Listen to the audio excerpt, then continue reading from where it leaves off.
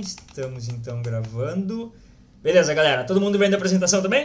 Mandem pra mim um sim, um não, um talvez ali no chat.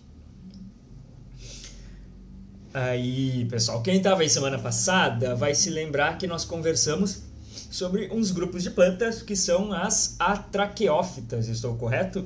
E eu falei para vocês que as atraqueófitas são plantas que levam esse nome porque é um grupo de plantas... Na verdade não é nenhum grupo, né, galera? Mas são plantas que pertencem a grupos que não têm... É um período hoje só. São plantas que não têm aquela célula, né, que se chama traqueide, que a gente vai falar sobre ela mais lá pra frente. Por enquanto só saibam que essas atraqueófitas não têm os traqueides, que são células responsáveis pela condução da seiva bruta, que é o tal do xilema, né, para quem se lembra aí do ensino médio, talvez. Né? E os traqueides fazem essa condução, e agora a gente vai falar das plantas que elas têm essas células, então, que elas têm esses traqueides, são as chamadas as traqueófitas, tá bom? Nós falamos de tudo de atraqueófitas, né? De musgo, briófitas semana passada. Né? O briófitas é um filo de plantas que pertencem às atraqueófitas, né? Briófitas são plantas que não têm traqueides. Falamos, né? Só me lembrem ali, porque talvez eu entrego meu mestrado semana que vem, galera. Então eu tô assim, olha, vocês não têm noção. Eu arrumei os meus livros aqui atrás agora, porque tava tudo atirado por cima dos teclados ali. Eu arrumei agora para dar aula para vocês bonitinho, porque, sério, eu tô quase surtando. As traqueófitas, galera, então, diferente das briófitas, elas formam um grupo, tá bom? Elas todas evoluíram do mesmo ancestral comum. Isso aqui, assim, é aquela coisa que a gente chama de monofilético. Lembram um grupo monofilético? Um grupo monofilético quer dizer que todos os indivíduos daquele grupo, se a gente for voltando lá na evolução, a gente consegue voltar a um ponto comum de onde todos eles evoluíram, né? E que não tem ninguém fora desse grupo, aqui assim que evoluiu desse mesmo bicho, né? Desse mesma planta, no caso. Então, isso é um grupo monofilético, né? Por isso que a gente não pode falar, por exemplo, em répteis, né, galera? Eu não sei se o Prof. Cris chegou a comentar com vocês que répteis não é um grupo monofilético, mas répteis, galera, se a gente for puxar um ancestral... Quem são os répteis, né? Squamata, que são as cobras e os lagartos. Quelônia, que são as tartarugas. E crocodilianos, que são os crocodilos, jacarés, gaviais, enfim, né? Esses aí. São esses três grupos, tá? Que formam os répteis. Se a gente pegar, galera, esses três grupos e puxar lá para trás na evolução, a gente chega a um ancestral comum, que da onde esses três grupos de animais evoluíram. Porém, desse mesmo ancestral evoluíram também as aves, tá bom? Então a gente não consegue separar um ancestral que seja exclusivo desses três e que não tenha evoluído para as aves também. Por isso que eles não formam um grupo monofilético, né? Por isso que a gente não fala no grupo répteis de uma forma científica, assim. Beleza, vamos lá que a gente tem muita coisa e a gente começou um pouquinho tarde já. Eles apresentam o traqueide para o transporte de água, tá bom? E daí eu coloquei um asterisco para vocês por quê, galera? Porque as angiospermas, que é o último grupo que nós vamos ver semana que vem, elas têm o traqueide, tá? Elas têm essa célula, então, para transportar a água bruta, a seiva bruta, né, o xilema, mas elas não utilizam, tá? Elas utilizam outros sistemas, mas elas têm o traqueide lá, beleza? Então ele existe. Então, para vocês, de novo, uma imagem só do traqueide, essa célulazinha aí, tá? Ela é uma célula morta, a gente vai ver com calma não vai ser aula que vem ainda, eu acho, mas a gente vai ver mais pra frente o que é um traqueide. É uma célula que ela morre e ela fica oca, e dela fica tipo um caninho por onde a água vai passar, tá bom? E... qual é que é a importância, galera, das traqueófitas elas terem desenvolvido os traqueídeos, pessoal? É que os traqueídeos permitem que elas peguem a água e que elas levem a água até várias partes do corpo. Os traqueídeos permitem um sistema que circule a água dentro do corpo delas, tá bom? Isso vai permitir que as plantas cresçam, que elas fiquem cada vez mais altas, né? Por que uma planta quer ficar alta, galera? Qual é que é a vantagem evolutiva de uma planta ficar alta? Porque, por exemplo... Nós não estamos evoluindo para ficar cada vez mais altos, né? O Homo sapiens, quando surgiu lá, o Homo sapiens hoje, quantos milhões de anos depois, nós continuamos à mesma altura. Por que as plantas tiveram que evoluir para ficar cada vez mais altas? Qual é o interesse delas nisso? É competir por luz, né, galera? Vocês podem entrar numa floresta, vocês vão perceber que não tem grama normalmente, né, numa mata fechada lá embaixo. Porque as plantas não sobrevivem na sombra. Então as plantas estão sempre brigando por luz, elas estão sempre crescendo cada vez mais altas para ter mais luz para fazer sua fotossíntese, né, que é a sua forma de alimentação. Então os traqueídeos, eles permitem agora que as traqueófitas cresçam para que elas possam procurar luz, tá bom? E os traqueides também, galera, eles são células lignizadas, então elas têm uma substância chamada lignina, a gente vai falar sobre isso mais lá pra frente, tá? Por enquanto não precisam anotar isso, não precisam prestar muita atenção nisso. Boa noite. Mas essas células, elas são fortes, tá? Elas são muito resistentes e elas seguram a planta e permitem que a planta se erga, então, na vertical, tá? Até agora, a única coisa que a gente tinha visto que se erguia na vertical era o esporófito dos musgos, lembram? Os musgos das briófitas, eles têm aquele esporófito que sai para fora assim. A gente vai rever isso agora, essa aula, não se preocupem. Dessa vez, agora, galera, o esporófito é a fase dominante, né? Então, até agora, a gente estava vendo as plantas, as briófitas, os musgos, as atraqueófitas, né? Eram plantas que tinham a fase dominante o gametófito, que é a parte verdinha. Agora o esporófito passa a ser a dominante, tá? A gente vai ver com calma para cada um dos grupos. Então aqui, por exemplo, ó, galera, a gente tem aqui um pinheiro, uma samambaia e uma árvore qualquer, tá bom? Que interessante, um pinheiro, samambaia, uma árvore qualquer. Essa parte que vocês estão vendo aqui, tudo que vocês estão enxergando aqui nessa foto, tá bom? O tronco, as folhas, tudo que vocês enxergam é o esporófito, tá bom? É a parte da planta que produz esporos, tudo isso que vocês estão vendo. Existe, galera, agora nas divisões de traqueófitas, existe um grupo de traqueófitas que não produz sementes, tá bom? O primeiro grupo, o mais antigo, que é este grupo aqui, tá bom? Na verdade, são 4 grupos, tá? Esse aqui, assim, é o grupo das samambaias e das avencas, que é o que nós vamos falar com mais força, pertence ao mesmo grupo. Mas eu também trago para vocês que existe o grupo das cavalinhas, tá bom? Cavalinha esse aqui, assim, que a gente faz chá de vez em quando, tá? E aquele lá em cima, galera, que são os licopódios, se eu não me engano, tá bom? Que é um outro grupo que a gente fala muito pouco. Então eu coloquei só para vocês verem, assim, que eles existem, tá? Não vai aparecer esses nomes para vocês, muito... se aparecer, por favor. Tá? O nome que vai aparecer para vocês é o do grupo das samambaias e das avencas, que se chama pteridófitas, tá bom? As pteridófitas, sim, elas vão aparecer para vocês. São atraqueófitas, então elas têm... são traqueófitas, então elas têm os traqueídeos, mas elas não produzem sementes, tá bom? São samambaias e as avencas. Elas têm um gametófito reduzido, galera. Então a gente está falando que o esporófito é toda essa parte verde que vocês enxergam aqui. E o gametófito das pteridófitas, galera, ele é uma coisinha microscópica que tem um formatinho de coração. Esse troço que vocês estão vendo aqui, galera, ele fica lá no chão, lá embaixo da samambaia ou lá embaixo da venca, tá bom? Podem ver que ele é extremamente pequenininho, a gente enxerga até as célulazinhas dele aqui assim, ó. Então é uma coisa bem pequena, tá?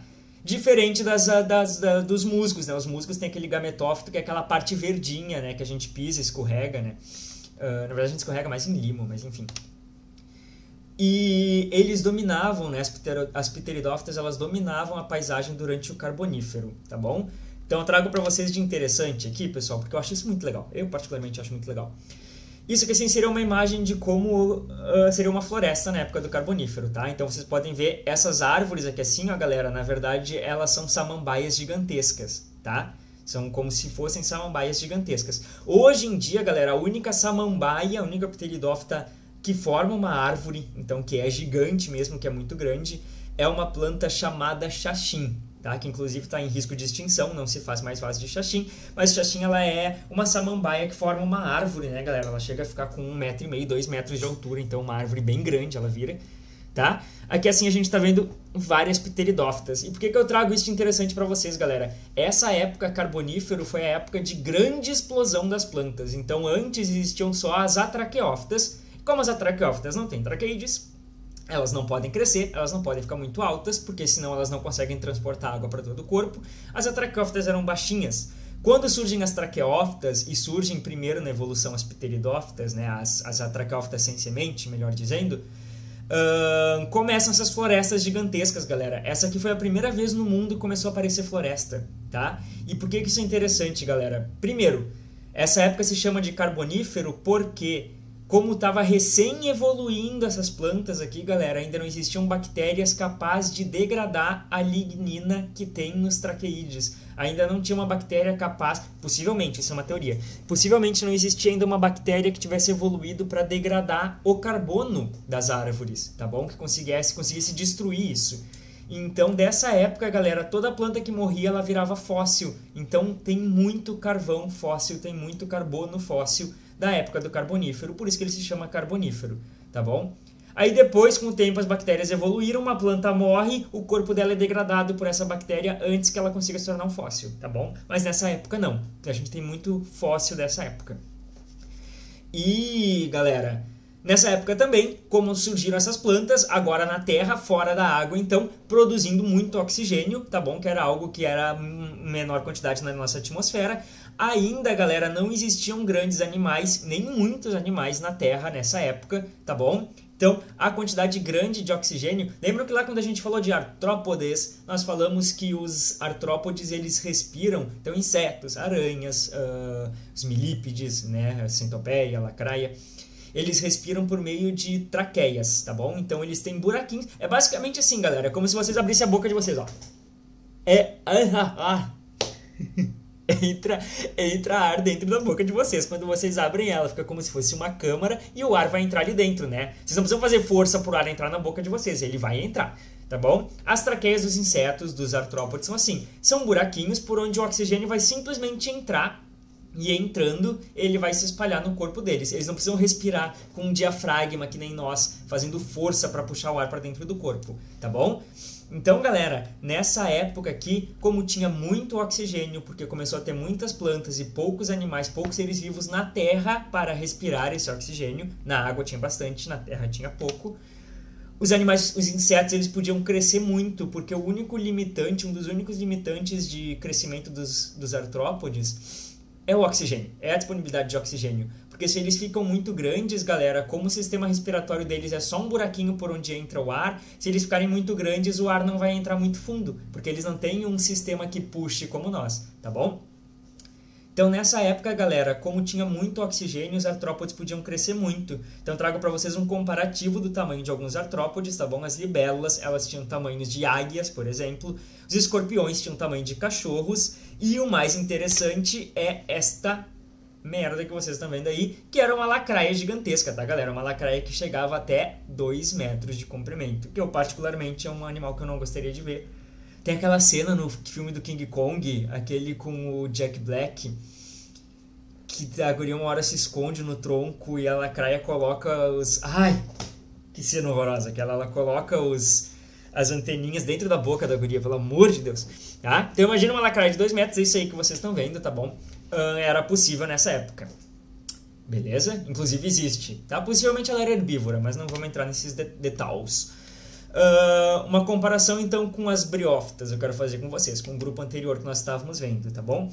As briófitas, galera, elas têm o gametófito, essa parte verdinha aqui, e elas têm o esporófito, essa partezinha marrom que cresce aqui em cima. O gametófito vai produzir gametas, o esporófito vai produzir esporos. As pteridófitas, galera, o esporófito é toda essa parte verde que a gente enxerga e o gametófito, ele é uma coisinha microscópica que fica lá no solo, tá bom? Vamos dar uma olhada então no corpo de uma samambaia, tá bom, galera? O que tem de interessante de termo pra gente olhar aqui? Tá? Então isso aqui é o esporófito, o gametófito não está representado nessa imagem, é só o esporófito. Os soros, galera, os soros eles são conjuntos de gametângios. Os gametângios são as estruturas da planta onde vão ser produzidos os... Ah, eu escrevi errado, galera. São conjuntos de esporângios, desculpem. É erro meu aqui, ó. Ignore aqui, o prof anda bem louco, tá? Esporângios, tá bom? Soros são conjuntos de esporângios, não de gametângios. Eles vão produzir, então, os esporos da planta, tá bom? Essas folhinhas jovens aqui, galera, elas são enroladinhas assim. Quem já viu uma samambaia já deve ter visto essas plantinhas, nessas folhinhas. Elas têm esse formato enroladinho, galera, que lembra muito essa estrutura que os clérigos de várias religiões, na verdade, utilizam, né?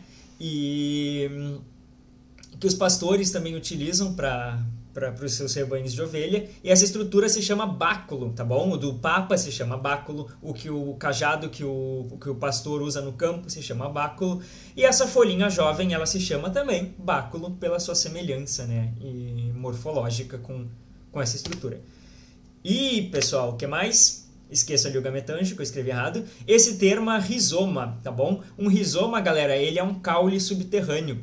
Quem gosta de gengibre, o gengibre não é uma pteridófita, tá? Eu trouxe só de exemplo. Quem gosta de gengibre já tirou um gengibre da terra, quando a gente tira ele vem cheio de cabelo, assim, né? Tipo, tem que tirar todo esse cabelo. Na verdade, galera, o gengibre, ele é o caule, ele é o tronco que fica lá embaixo da terra, tá bom? E aquele monte de cabelo são as raízes que saem do tronco, tá bom? Então o gengibre, ele é um rizoma, ele é um caule subterrâneo que vai crescer, assim, na longitudinal, né?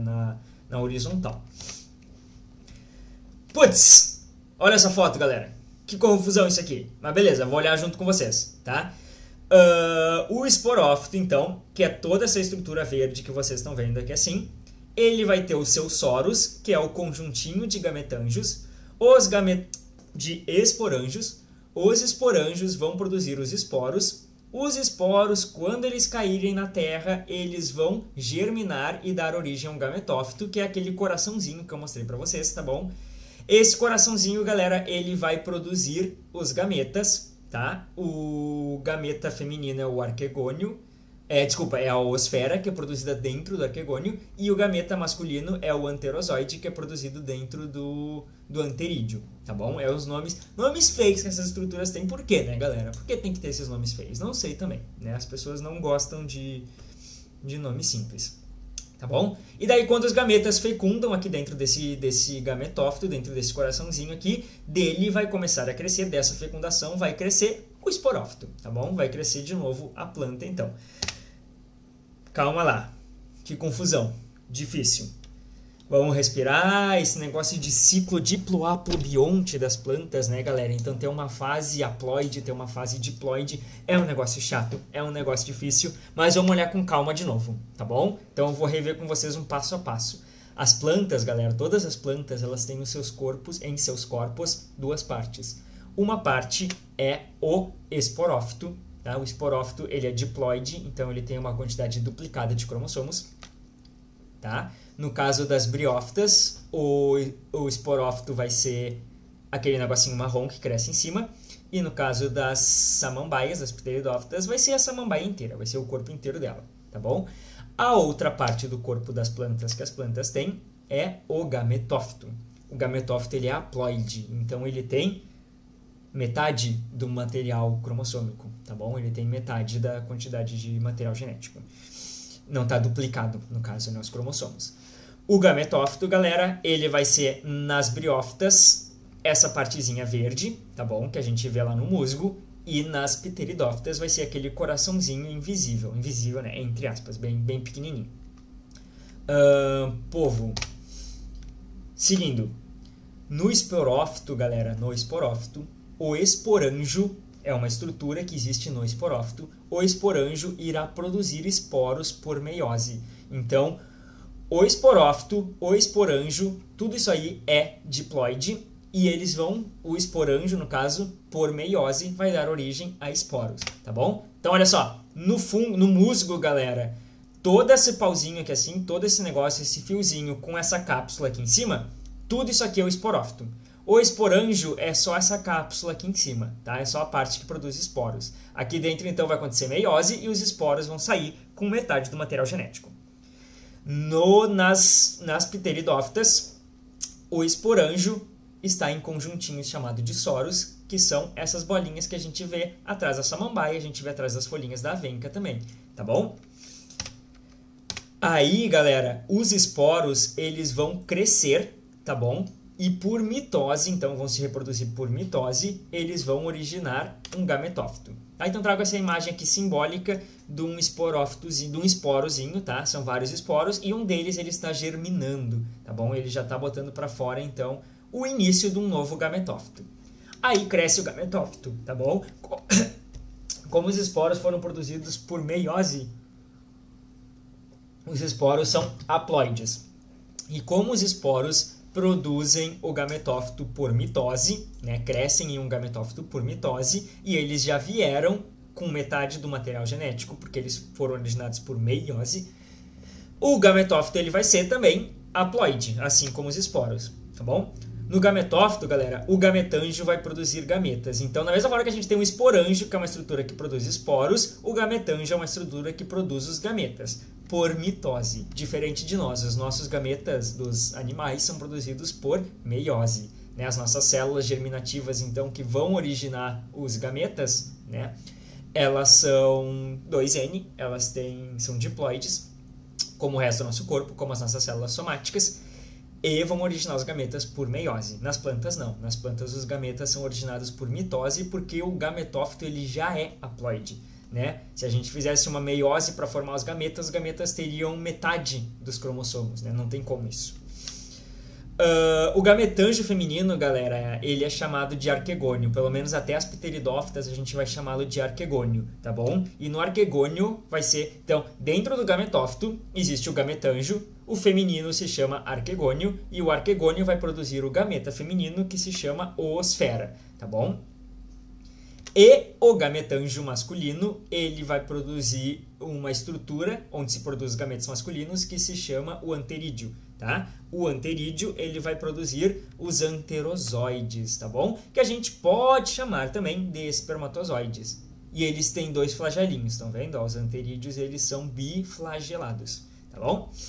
Muitas algas também, galera, daquelas que a gente viu, carófitas, que evoluíram para as plantas, elas também produzem estruturas biflageladas, tá? Gente, tô vendo já que a gente não vai conseguir tudo que eu tinha planejado para hoje no tempo, tá? Mas a gente vai seguir até uma ordem lógica, pelo menos, do conteúdo. E daí semana que vem eu dou uma apertada, não tem problema, vai ficar até melhor, acredito eu, tá bom? Povo, vamos de novo então, tá bom? Porque essa parte é bem complicada, mas vamos olhar com calma juntos. Segura na mão, vamos lá, todo mundo, força. Galera, o esporófito, então, é uma estrutura que irá produzir esporos, tá? Então, o esporófito, ele contém um esporanjo ou vários esporanjos, tá bom? E os esporanjos, eles irão produzir os esporos. Quando o esporo, galera, vai lá, bateu um vento, pá, caiu no chão, achou um lugar legal, esse esporo, ele vai germinar formando um gametófito. O gametófito, galera, ele contém gametanjos, que são as estruturas onde são produzidas os gametas. Os gametas, galera, eles vão se encontrar, o masculino, o anterozoide, com o feminino, que é a oosfera, e eles vão formar, por meio de fecundação, um novo esporófito, tá? Então, voltamos lá para o esporófito. Agora que a gente deu uma revisada nisso aí junto, agora que a gente deu uma olhada nisso aí junto, vamos olhar de novo as briófitas, tá? Então, estamos voltando para a revisão, tá bom? As briófitas, galera, elas têm um esporófito, que é essa partezinha marrom. Por meiose, esse esporófito, aqui em cima está o esporanjo, tá bom? Por meiose, esse esporanjo vai produzir esporos. Esses esporos vão germinar formando os gametófitos. Os gametófitos vão ter gametanjos. Gametanjo feminino, que é o arquegônio, que contém a oosfera, que é o gameta feminino. E o gametanjo masculino, que é o anterídeo, que contém os anterozoides, que são os gametas masculinos, tá bom? Como é que esse gameta masculino vai chegar até o gameta feminino? Porque o feminino está lá paradinho, ó, ele produz só uma oosfera que está lá esperando. Como é que ele vai chegar? Nadando. Como é que ele vai nadar? Com água, tá bom? Então, a reprodução dependente de água aqui, tá bom? Precisamos da água.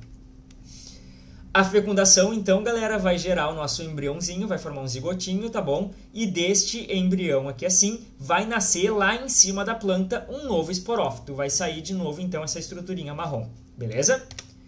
Nas pteridófitas, galera, a coisa é extremamente semelhante, tá bom? Então, a gente tem o esporófito, que é toda essa parte verde da planta que a gente vê.